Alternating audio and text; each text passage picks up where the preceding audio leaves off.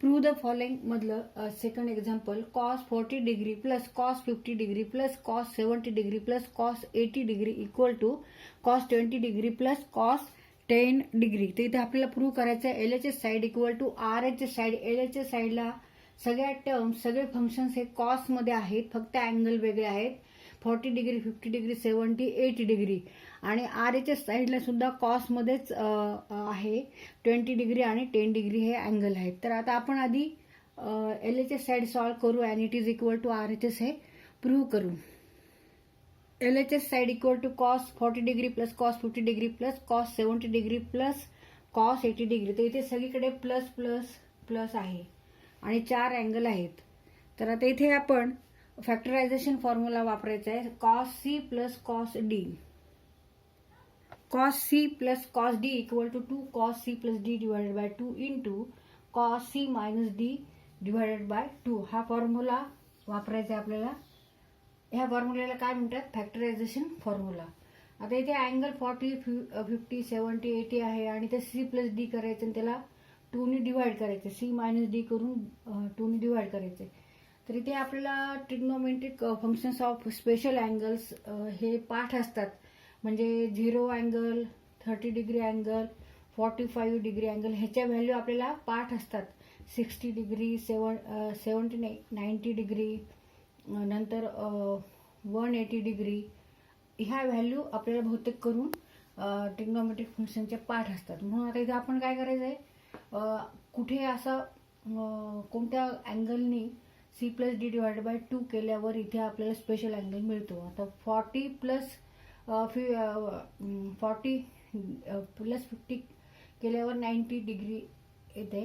पहिला डिवाइड 2 केल्यावर 45. रिमेनिंग ही 70 degree plus 80 degree means 150 degree येतं.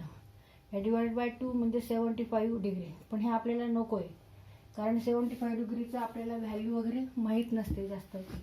मग त्यामुळे आपण काय करणार आहेत, असं 2 अँगल घेणार आहेत की ज्याला भाग देऊन हा स्पेशल अँगल येणार आहे. तर आता इथे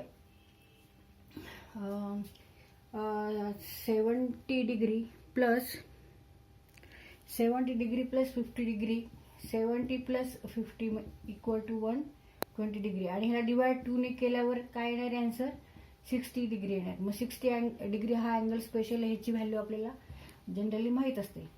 आणि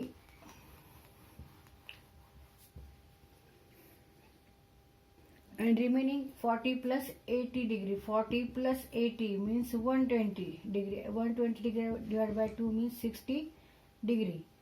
तर इथे आपण हे अँगल घेऊ एकत्र आणि मग सी प्लस डीचा फॉर्म्युला वापरू. आता कॉस 40 डिग्री आणि कॉस 80 डिग्री आपण घेऊ. Cos 40 degree plus cos 80 degree plus cos 50 degree plus cos 70 degree किंवा आधी 70 डिग्री लिहिलं तरी चालेल. 70 डिग्री आधी लिहू. 70 डिग्री मायनस प्लस 50 डिग्री. इथे सुद्धा आपण आधी 80 घेऊ कारण इकडे आपल्याला मायनस करायचं सी मायनस डी. मग असं जरी नाही केलं तरी चालतं पण असं घेऊ आपण, हे सोपं जातं. कारण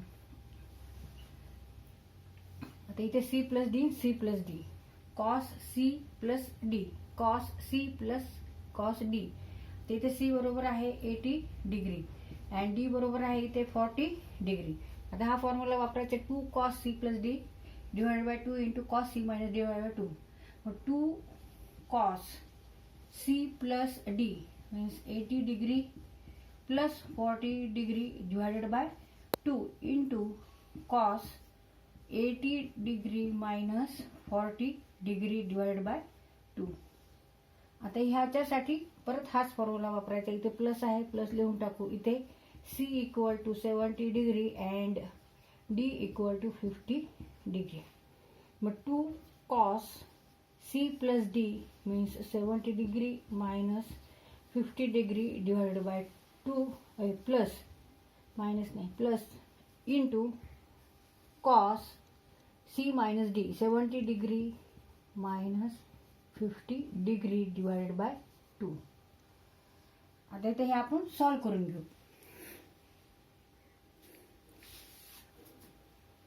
इक्वल टू 2 cos 80 प्लस 40 80 अधिक 40 120 भागिले 2 120 divide by 2 into cos 80 minus 40 degree means 40 degree divided by 2 plus 2 cos 70 plus 50 120 degree divided by 2 into cos 70 minus 50 degree 70 minus 50 means 20 degree divided by 2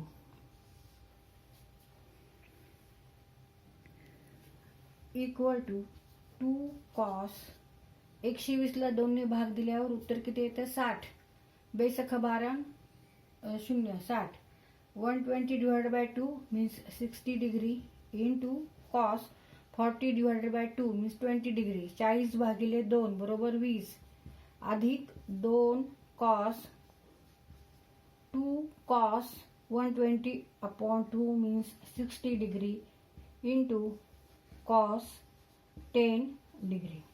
आता इथे हा स्पेशल अँगल आहे आणि ह्याचं trigonometric function cosine फंक्शनची value आपल्याला पाठ पाहिजे. मग cos 60 equal to half cos 60 degree is half. मग आता इथे आपण हाफ व्हॅल्यू ठेवू इथे पण हाफ ठेवू. मग 2 into half 1 upon 2 into cos 20 degree plus 2 into 1 upon 2 means half into cos 10 degree.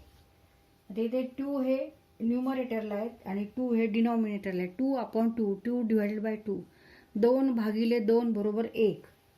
Remaining term is here only cos 20 degree.